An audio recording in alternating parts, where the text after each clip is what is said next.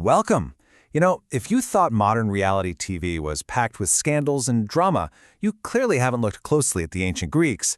Let's dive right into the ultimate, ancient, and honestly, wildly dysfunctional family, the gods of Greek mythology. We're going to untangle this massive, chaotic family tree together so you can finally grasp exactly how the power dynamics and those incredibly messy family ties actually worked. So, the big question is simply this.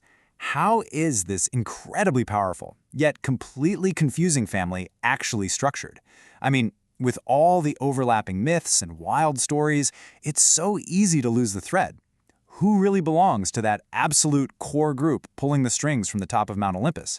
Well, let's figure it out. First off, we need to clearly define what an Olympian actually is. Sure, they got the title from their zip code, the mythical peak of Mount Olympus, but it's actually much more about their generation. They belong to a very specific third and fourth generation of immortals. And they didn't just inherit this power peacefully, right?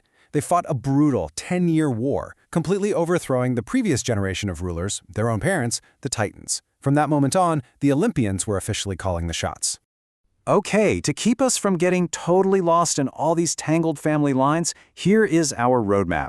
We'll start with the origins, then look at the first generation of siblings who took charge.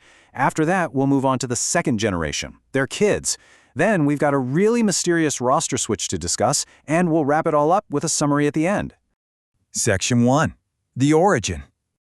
Here is the absolute secret to wrapping your head around this giant family tree. You have to ruthlessly split it into two main generations. If we don't do that, it's just one massive knot. On one side, we have the first generation, the children of the Titans Cronus and Rhea. These are the older siblings who actually led the revolution. Then, on the other side, we have the second generation. And if you look closely at that younger group, you'll notice a glaring pattern. They are almost exclusively the children of Zeus. The guy was, well, let's just say he was highly productive and not very selective. By making this simple split between the old guard and the new generation, the whole pantheon suddenly makes a lot more sense. Moving on to Section 2. The first generation. The siblings. Let's zoom in on that famous first generation, those original siblings who set up the Olympian rule after the Great War. And, naturally, we have to start right at the very top. Meet the ultimate, original power couple of antiquity, Zeus and Hera. Now, they were brother and sister, but they were also husband and wife. Yeah, that pretty much sets the tone for the highly unorthodox family dynamics we're dealing with here. Boundaries? What boundaries? On Olympus, crossing the line was basically the status quo. What's really fascinating here is the sheer contrast in their domains and the intense conflict that comes with it. Zeus is technically the youngest brother, but he became the undisputed king of the gods, ruling over the sky and the law. His symbols, the thunderbolt and the eagle, they just radiate this pure, aggressive dominance. But then weigh that against Hera. She's the goddess of marriage, the ultimate protector of women and the family. Just imagine that dynamic for a second.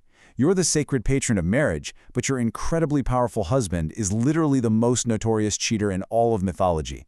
It makes total sense why the stories are absolutely packed with Hera seeking ruthless revenge on Zeus's countless lovers and all the illegitimate kids that came from them. Okay, stepping away from the sky and the drama of marriage, let's look at the middle brother and sister from this core family, Poseidon and Demeter. They control the most vital, immediately tangible earthly elements of the ancient world. This brilliantly illustrates how the ancient Greeks tried to make sense of nature. Poseidon ruled the seas, conjured up massive storms, and literally caused earthquakes. I mean, that's a gigantic, unpredictable force for a civilization that relied entirely on sailing and fishing. You'll always spot him with his iconic trident. On the flip side, we have the ultimate stabilizing force, Demeter. She's the goddess of agriculture and the harvest, symbolized by a sheaf of wheat. Without her bringing fertility to the soil, civilization would simply starve. Oh, and here's another classic family secret for you. The sources tell us that both Zeus and Poseidon had affairs with their sister Demeter. Like I said, this Olympian family absolutely did not do boundaries. Section 3. The second generation, the children. Now that we've got a solid handle on the older rulers, brace yourself for a colorful, messy web of half-siblings, each with some incredibly specialized talents. We'll kick things off with an iconic set of twins. Apollo and Artemis are the children of Zeus and the Titan goddess Leto, and they embody this perfect poetic balance in nature. Apollo is all about light, the sun, the arts, music, and truth. His absolute symbol is the lyre. His twin sister Artemis, however, rules the wild. She's the moon, fierce independence, and the hunt, always armed with her bow and accompanied by a deer. Put them together, and they perfectly symbolize the cycle of the everyday world. But of course, balance never lasts long in this family, right? Let's turn our attention to Ares and Athena. Now, both of them are gods of war, but honestly, that is literally where the similarities end. The crucial difference here is how they handle their domains. Ares, the son of Zeus and Hera, represents brute, blind aggression, pure chaos, and bloodshed. Pretty much all the other gods couldn't stand his violent nature. And then we have Athena. Her origin story is, frankly, bizarre. She sprang fully grown, wearing full armor straight out of Zeus's forehead after he swallowed her pregnant mother. Wild, right? Athena also rules over war, but she handles the strategic, tactical, and wise side of it.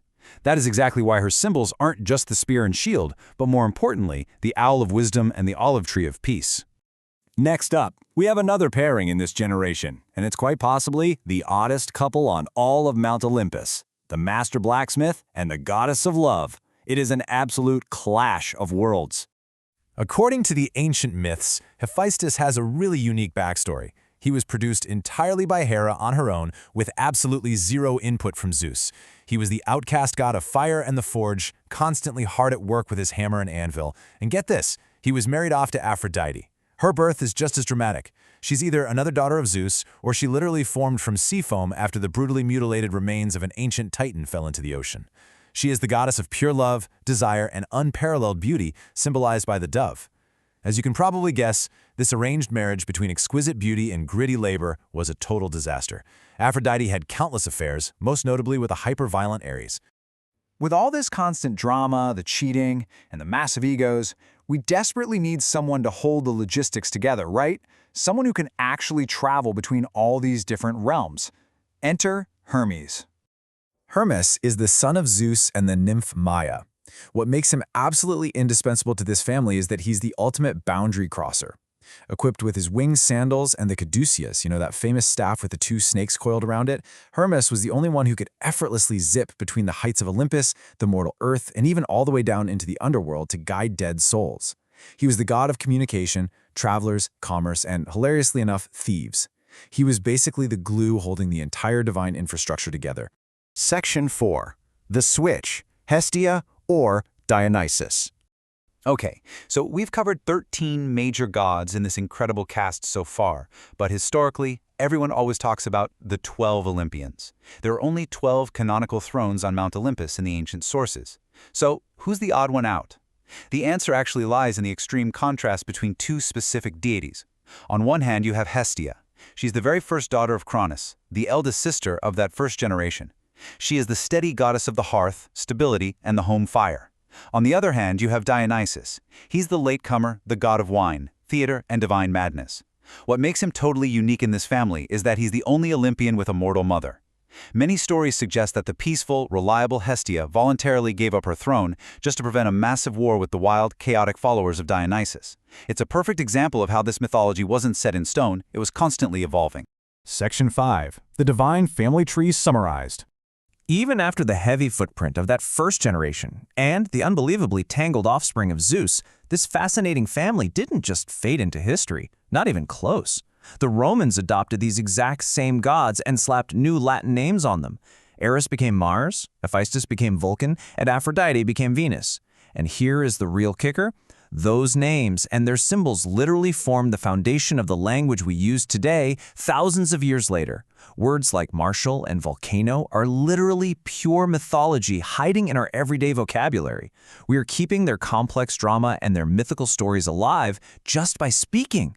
So the next time you see an erupting volcano on the news, or you look up at the planet Venus in the night sky, ask yourself, what other ancient myths are hiding right under our noses?